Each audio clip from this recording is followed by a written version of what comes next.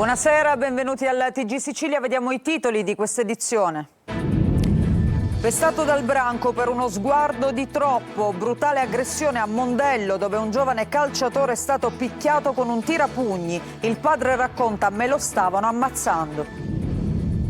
Terremoto giudiziario a Sommatino nel Nisseno, mazzette per sagre e appalti pubblici. Arrestato per corruzione il sindaco dimissionario e un imprenditore. Indagati anche il vice sindaco e l'assessore al turismo.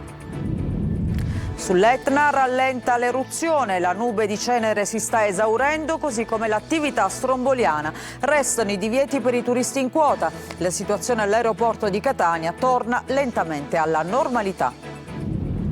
Siamo persone, non esuberi. A Catania scatta la mobilitazione in Pfizer dopo l'annuncio della multinazionale di 330 licenziamenti. I sindacati chiedono le dimissioni del direttore dello stabilimento etneo. A San Cristoforo la festa della città dei ragazzi in ricordo dei 4 picciriddi uccisi dalla mafia 50 anni fa. A loro dedicato un murale per dare speranza ai bambini del quartiere. Favignana, Levanzo, Marettimo, le Egadi tra le mete preferite di quest'estate. Acqua cristallina, paesaggi mozzafiato e le prime storiche tonnare attraggono turisti e diportisti. Calciomercato, Catania, vicino al rinnovo con il difensore Allegretto, trattative con il terzino Guerra del Crotone.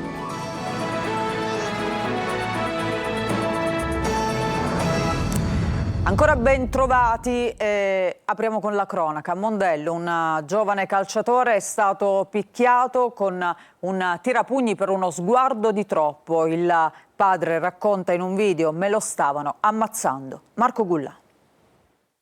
Uno sguardo di troppo e nel giro di pochi secondi scatta l'aggressione, pugni, calci e anche colpi con un tirapugni. Un giovane di 18 anni, calciatore della Parmaval, ieri è stato selvaggiamente picchiato da altri 3 coetanei nella zona dell'ex baretto a Mondello. Gli aggressori avrebbero prima provocato la vittima chiedendogli conto del suo sguardo, per poi passare rapidamente alle mani con una violenza brutale. Riceviamo la videodenuncia del padre, provato e scosso per quanto successo. Me lo stavano ammazzando. E vado da mio figlio correndo come un pazzo e trovo mio figlio tutto pieno di sangue in faccia. Scusate, con il sopracciglio spaccato, tutto sangue che ci correva, è tutto trasformato in faccia. Le conseguenze dell'impatto sono state devastanti, lasciando sul volto del ragazzo vistose e gravi fratture facciali scomposte. Aveva il tirapugni nella zampa, o nella zampa come i cani, che i cani sono meglionati, nelle mani, e gli dà una cazzottata, facendoci danni facciali con zigomo, mascella e orbita. Il giovane probabilmente dovrà essere operato. Adesso un caso di corruzione che ha travolto il comune di Sommatino nel Nisseno. Ai domiciliari è finito il sindaco dimissionario e un imprenditore. Indagati anche l'ex vice sindaco e l'ex assessore al turismo. Nell'inchiesta presunte richieste di denaro dalle sagre dell'agricoltura ai grandi appalti. Sentiamo Rita Cinardi.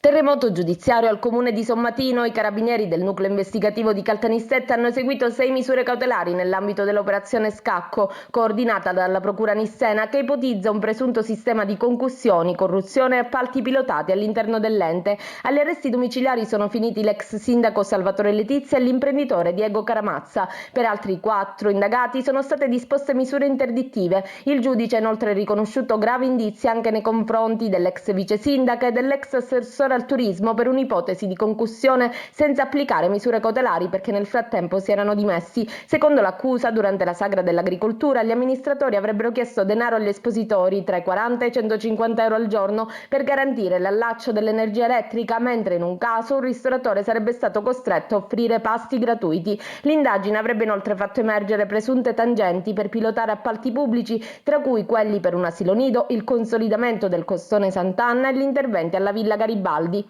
L'inchiesta è nata dopo l'attentato del maggio 2024 ai danni dell'allora sindaco ed è stata sviluppata con intercettazioni, videosorveglianza e attività investigative dei carabinieri.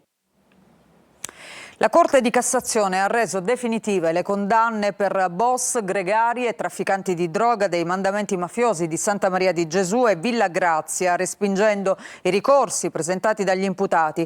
L'inchiesta, condotta dai carabinieri del ROS, era scaturita dal blitz del 2022 contro estorsioni, traffico di stupefacenti e rapine. Unico annullamento con rinvio per Francesco Guercio, limitatamente alla recidiva e alla misura della libertà vigilata. A Catania un cilindretto di carta con una croce è stato trovato nella buca delle lettere nell'abitazione di Maria Grazia Santa Paola, sorella di Nitto, lo storico capomafia morto recentemente. La donna è anche madre di Aldo Ercolano, che è in carcere ed è ritenuto il braccio destro e alter ego dello zio. Il messaggio, forse di sfida, è stato trovato dai condomini che hanno chiamato la polizia. Cambiamo argomento e torniamo a parlare dell'Etna, perché la situazione sembra tornare lentamente alla normalità. La nube di cenere si sta esaurendo, così come l'attività stromboliana. Restano i divieti per i turisti in quota. È andato per noi Luca Ciliberti.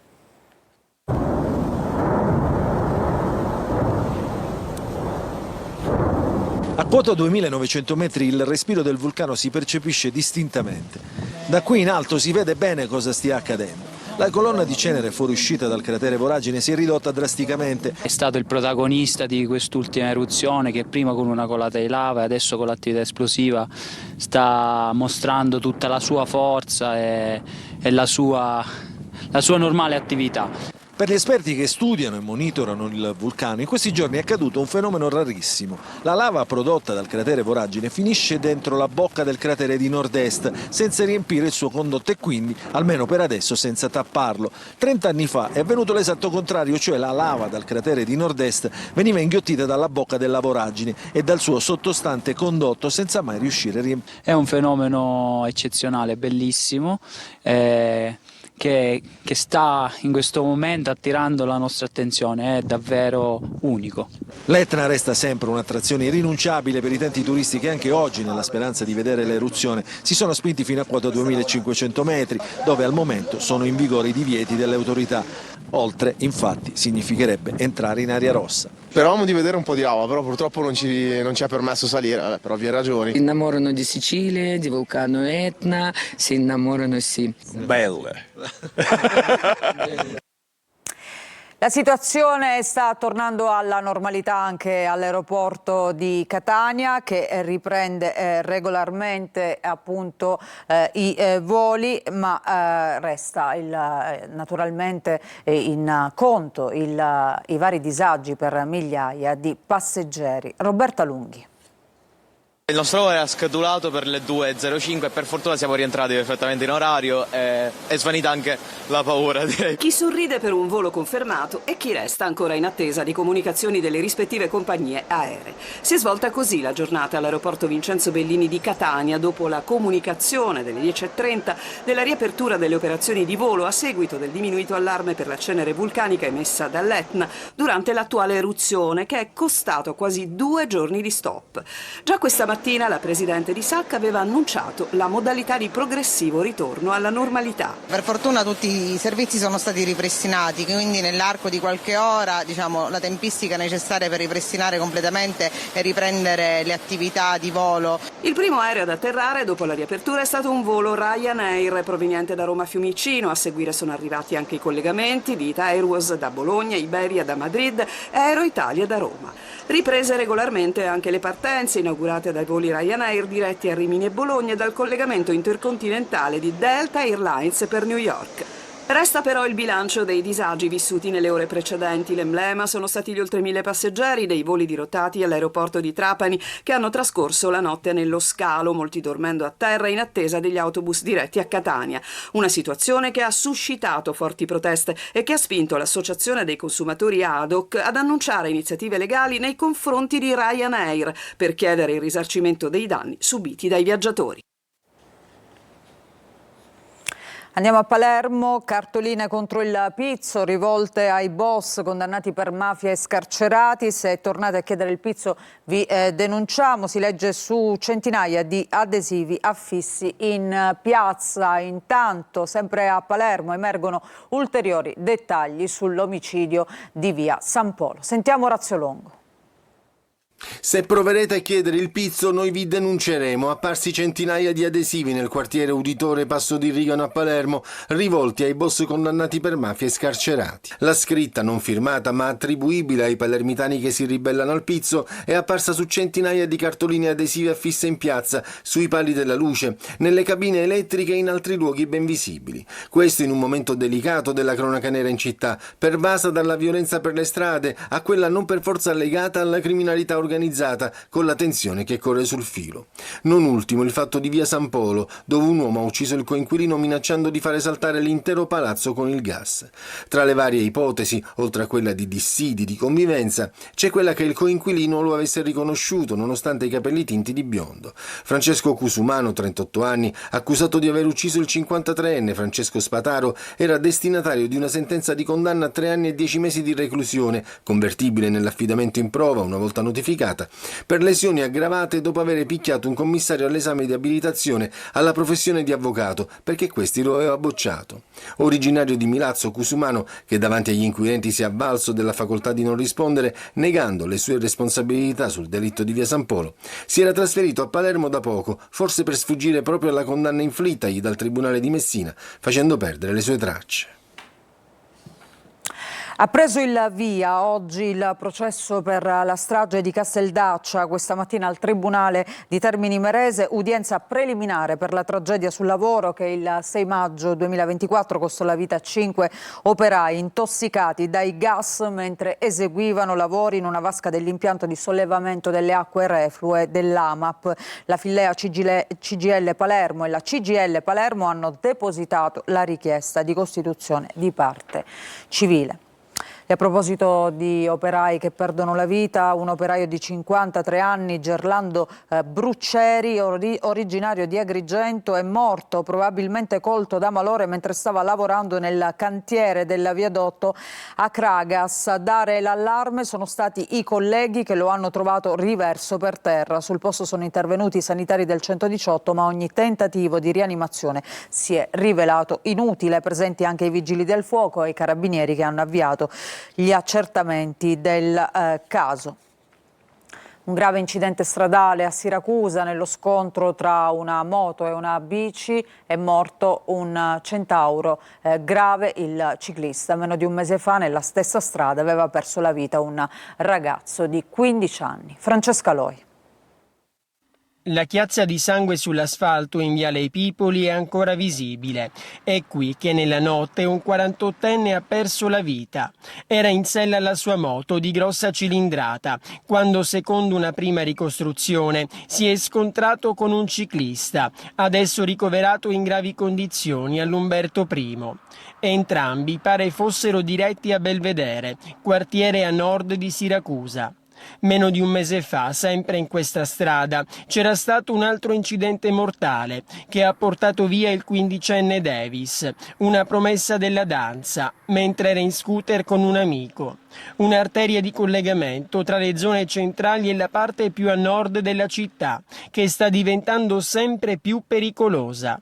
Chi guida chiede controlli e, perché no, anche gli autovelox. In effetti qui si corre molto e le conferme arrivano da chi percorre questa strada. Sì, è una strada che si corre. Secondo me dovrebbero mettere un segnalatore di velocità, un controllo in più, qualche cosa con le telecamere che possono videosorvegliare la strada, perché sennò così è un massacro. Ma per l'esatta dinamica dell'ultimo tragico incidente bisognerà aspettare la relazione della polizia municipale, mentre le strade siracusane continuano a macchiarsi di sangue.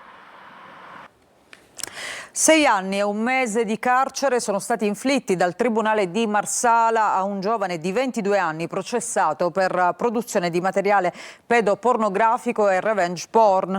I giudici lo hanno condannato anche a pagare una multa di 26.000 euro. I fatti contestati dall'accusa sono del 2024 e la presunta vittima, all'epoca 17enne, aveva una relazione sentimentale con l'imputato. La ragazza si è costituita parte civile. Andiamo a Catania. Dopo l'annuncio di 330 licenziamenti scatta la mobilitazione in Pfizer. I sindacati chiedono le dimissioni del direttore dello stabilimento Etneo e avvertono: siamo persone e famiglie, non esuberi. Antonino De Mana. Per Pfizer i numeri sono esuberi, per noi sono persone, famiglie e futuro. Lo mettono nero su bianco i sindacati dopo l'annuncio della multinazionale del farmaco di 330 licenziamenti a Catania, ai quali si aggiungono anche altri tagli di 40 lavoratori somministrati tramite Randstad, molti dei quali impiegati nello stabilimento da circa 10 anni. Si annuncia una calda estate di mobilitazione che toglie il sonno a decine di famiglie. Giovedì è prevista un'altra assemblea dei lavoratori nello stabilimento. 8 giorni dopo si terrà un presidio davanti ai cancelli del sito della Pfizer a Catania e il 22 luglio, in occasione del tavolo ministeriale, sarà proclamato lo sciopero con manifestazioni nel capoluogo etneo e a Roma.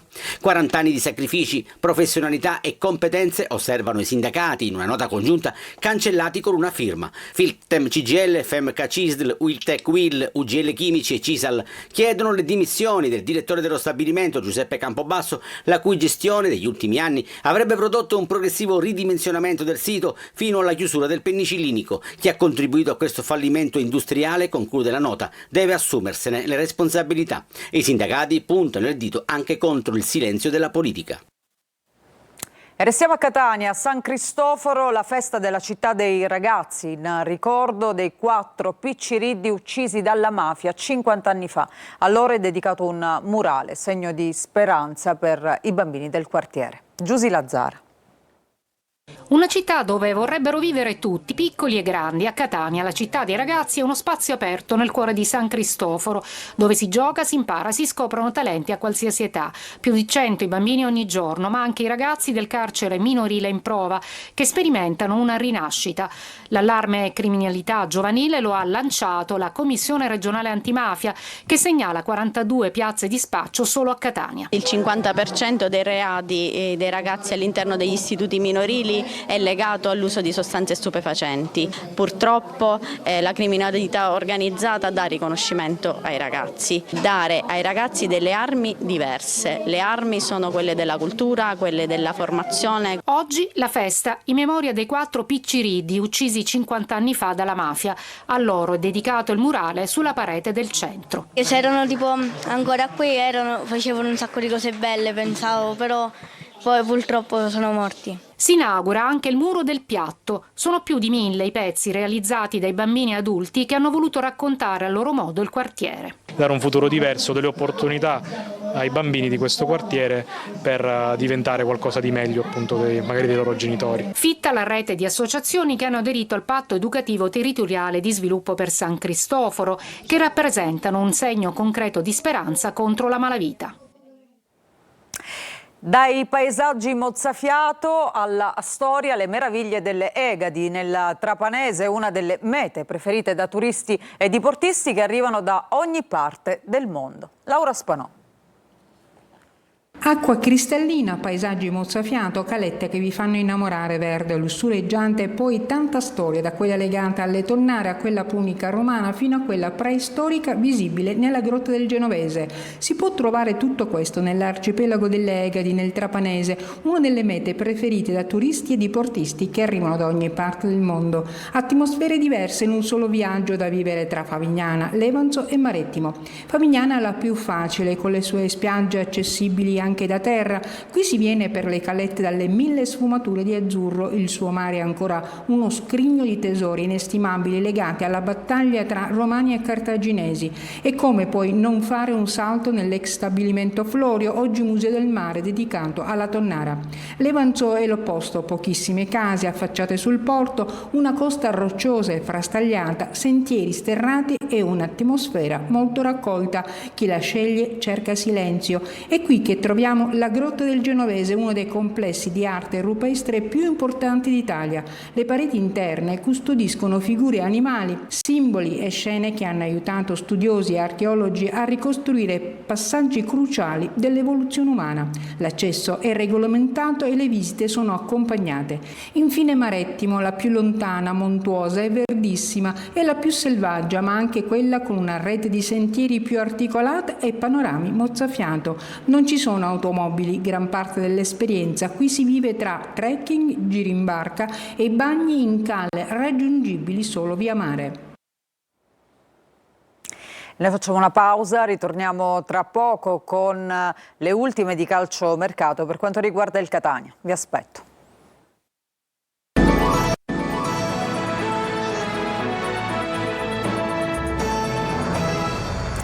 Bentornati, seconda parte del nostro telegiornale. Adesso parliamo di calciomercato della Catania, che è vicino al rinnovo contrattuale con il difensore Allegretto. Trattativa ben avviata anche con il terzino Guerra del Crotone, ma ci dice tutto nel servizio Sergio Colosi. Il difensore Andrea Allegretto, 25 anni, appena svincolato e prossimo alla firma del contratto, rimarrà a Catania. L'accordo è già stato raggiunto grazie alla duplice volontà del ragazzo di vestire ancora la maglia rossa-azzurra e della società di continuare ad assicurarsi nel reparto arretrato un'alternativa valida e giovane, quindi in linea con la nuova politica del club. È stato trasferito a Catania nel gennaio del 2025 dal Picerno, dopo una promozione dalla Serie D e 3 campionati in C. Tanta voglia di tornare in campo anche da parte di Matteo Di Gennaro, messo KO da un lungo infortunio e ora pronto a riprendersi il suo posto. Sempre in tema di difensori aumenta la concorrenza per il catanese di Biancavilla Jonathan Spedalieri, 24 anni, nell'ultimo biennio 71 presenze e 6 gol con il Renate. Prestazioni che hanno suscitato l'interesse, oltre che del club di Pelligra, di Bari, Carrarese e Vicenze negli ultimi giorni dello Spezia di Angelozzi. La volontà di Spedalieri di vestire il rossazzurro potrebbe fare la differenza. A buon punto la trattativa con il terzino Walter Guerra, uomo di Longo che l'ha avuto sia a Crotone che a Picerno. Guerra quest'anno ha disputato 23 partite in Calabria, dopo 6 campionati in Lucania, dove è stato compagno di squadra di Allegretto. Facciamo una breve pausa, ritorniamo tra poco con le ultime notizie.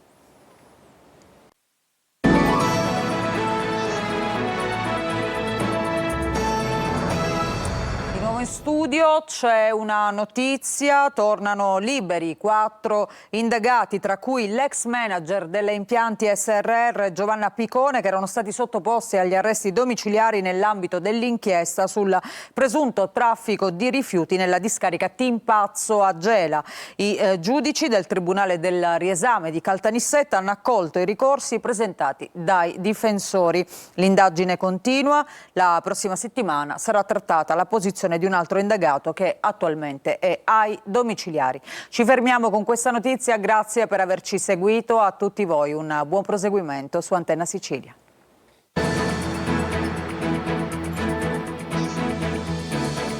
Entra nel mondo dell'informazione con l'app Sicilia Web. Resta sempre aggiornato con le news e le live in diretta.